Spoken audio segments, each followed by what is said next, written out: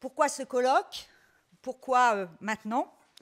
Le 23 juillet, devant le Parlement réuni en congrès à Versailles, le président de la République a annoncé sa volonté d'engager une réforme institutionnelle et constitutionnelle sous la forme de 3 projets de loi constitutionnels, organiques et ordinaires.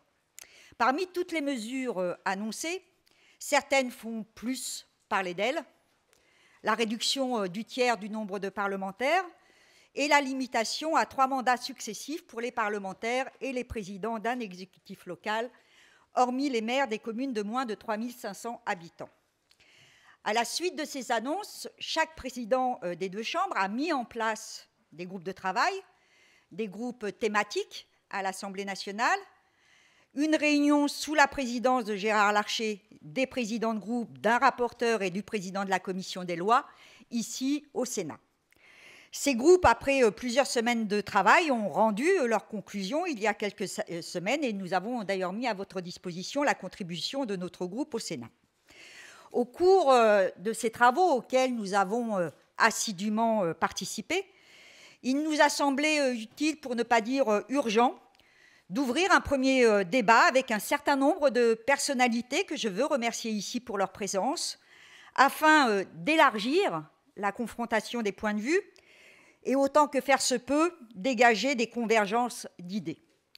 Urgent de dégager des convergences, car nous sommes nombreuses et nombreux à noter que depuis plusieurs années existe une concomitance avec le développement de la crise économique et sociale et le rejet croissant du fait politique, des acteurs politiques, à commencer par les parlementaires et les membres de l'exécutif, président de la République compris.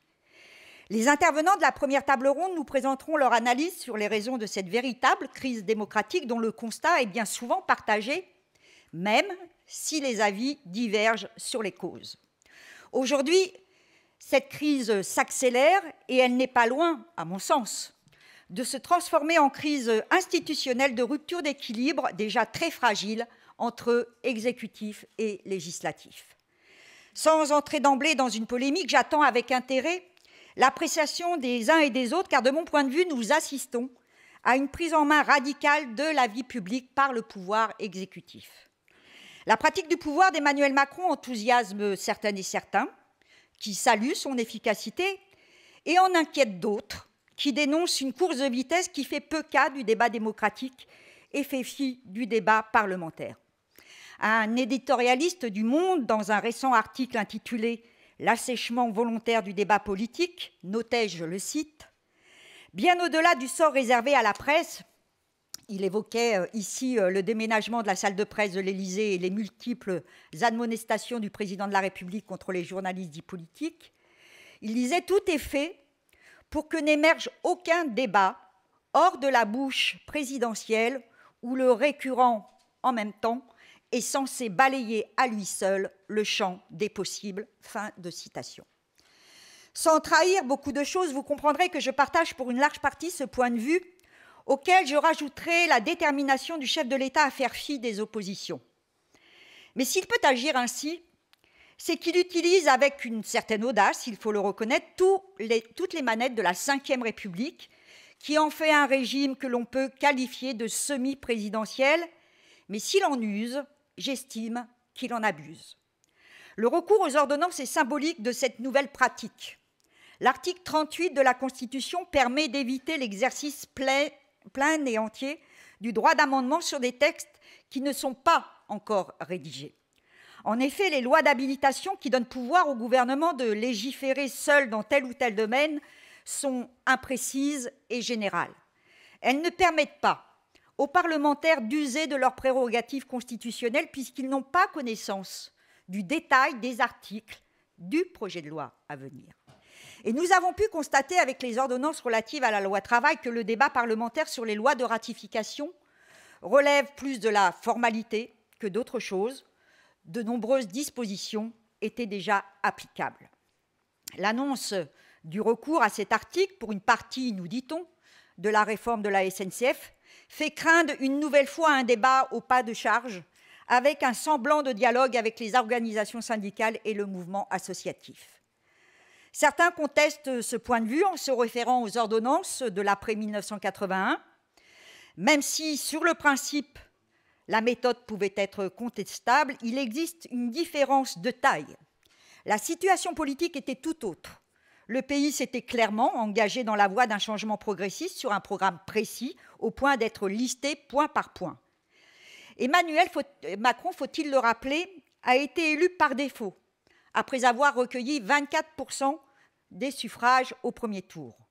Il a été élu, oui, mais sans la légitimité d'un projet clair, débattu, qui a été marqué jusqu'à la fin de la campagne, ou presque. Oui, nous contestons le principe des ordonnances, d'autant quand elles sont décrétées unilatéralement.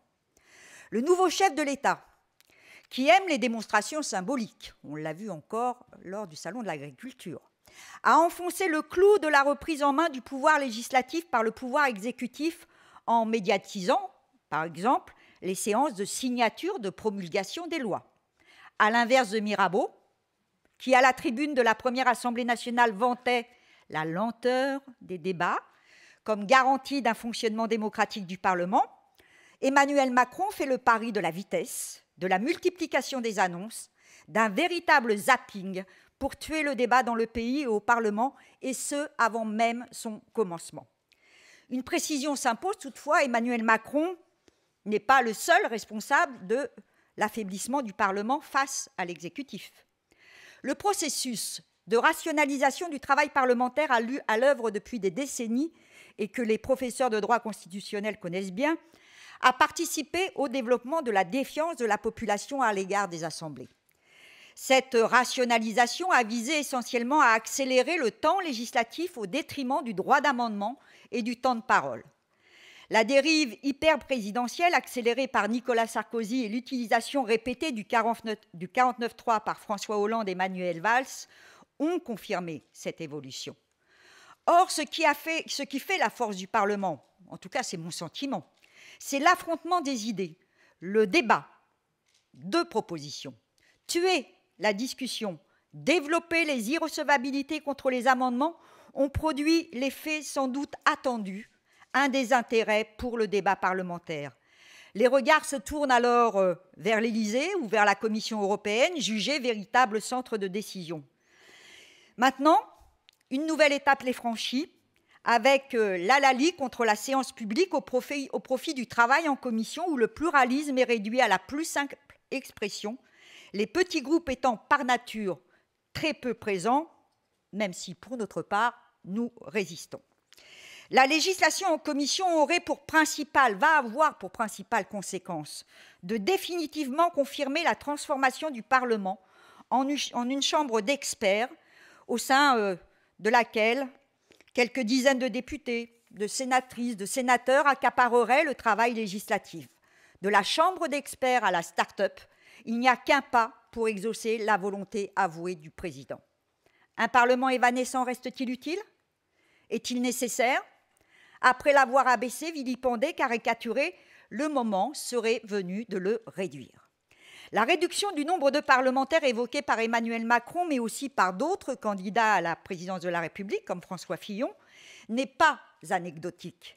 Un Parlement ramené à une chambre de contrôle et d'enregistrement doit-il disposer du même effectif?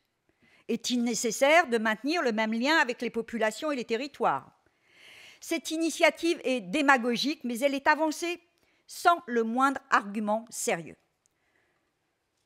Peut-on rénover la vie démocratique en commençant par diminuer la représentation populaire? Je pense pour ma part qu'il faut mettre en débat cette grave question, la sortir du constat démagogique et y résister fortement. Bien sûr, et cela va revenir dans notre échange cet après-midi, la question de la représentation des modes de scrutin, de la décentralisation, des rapports à l'Europe intervient lourdement dans cette évolution des rapports institutionnels dans notre pays. Toujours est-il, et c'est encore une fois mon sentiment profond, que nous parvenons à un moment où notre régime peut basculer. La crise démocratique que connaît notre pays traverse bon nombre d'autres pays occidentaux. Il suffit de regarder vers la Grande-Bretagne, l'Espagne, plus récemment l'Allemagne et encore plus récemment ce qui s'est passé hier en Italie. L'accession de Donald Trump aux États-Unis va quant à elle rapidement amener à s'interroger sur les vertus du régime présidentiel. Les forces qui organisent la mondialisation économique et financière ont-elles encore besoin des institutions démocratiques? N'assistons-nous pas à une volonté de prise de pouvoir directe du marché, évacuant ce qui n'était devenu qu'un seul intermédiaire, le politique? L'État ne peut pas tout, disait un ancien Premier ministre il y a près de 20 ans. Cela sonnait comme un avertissement auquel pourrait faire écho la toute-puissance des places financières aujourd'hui.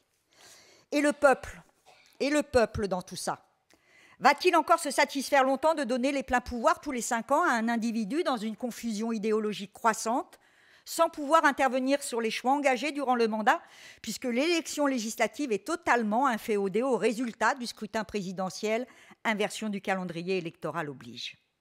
Notre peuple, cela sera évoqué, a soif d'intervention. Il ne s'est pas désintéressé de la chose publique. Il est, c'est vrai, dégoûté de toutes ces promesses non tenues, d'un système de nature oligarchique mêlant monde de l'argent et fonctions électives ou institutionnelles, sans oublier la haute fonction publique. Comme le disait Robespierre, qu'importe aux citoyens qu'il n'y ait plus d'armoiries s'ils voient partout la distinction de l'or. Le peuple subit ce zapping de l'actualité savamment entretenu par des médias d'autant plus dociles qu'ils sont propriétés de ceux qui détournent réellement le pouvoir. Comment permettre cette intervention du peuple? Comment bousculer ce nouvel ordre établi étouffant et souvent écœurant? Comment ouvrir une nouvelle période de révolution constitutionnelle pour casser ce mur qui se dresse entre la population et les lieux de décision de plus en plus opaques et lointains? Ce sera l'objet de la seconde partie de ce colloque. Notre initiative intervient dans une période de tractation immense autour de la future révision constitutionnelle. Ces tractations devraient se muer, selon moi, en un grand débat national partout en France, car ce qui se passe est loin d'être anodin. De coup de force en coup de force, nous assistons à une évolution profonde de notre système politique qui s'imprègne de l'autoritarisme. Oui, en écho lointain à celle qui marqua l'histoire il y a près de 230 années, la question d'une véritable révolution constitutionnelle pour répondre à l'insolente domination du marché et de ses relais institutionnels et politiques doit se poser.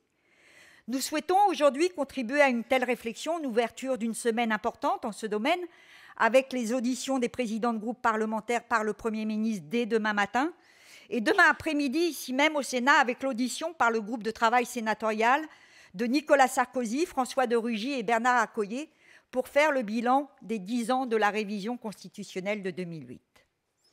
Mesdames, Messieurs, chers amis, merci encore d'être ici. Merci aussi au journal L'Humanité pour son partenariat. Je nous souhaite un bon débat, mais avant de commencer nos échanges, je vous propose de regarder et d'écouter ces quelques témoignages recueillis par les collaboratrices et collaborateurs de notre groupe au Sénat, que je remercie également pour tout le travail effectué ces dernières semaines, afin que ce colloque puisse se dérouler dans les meilleures conditions possibles. Merci.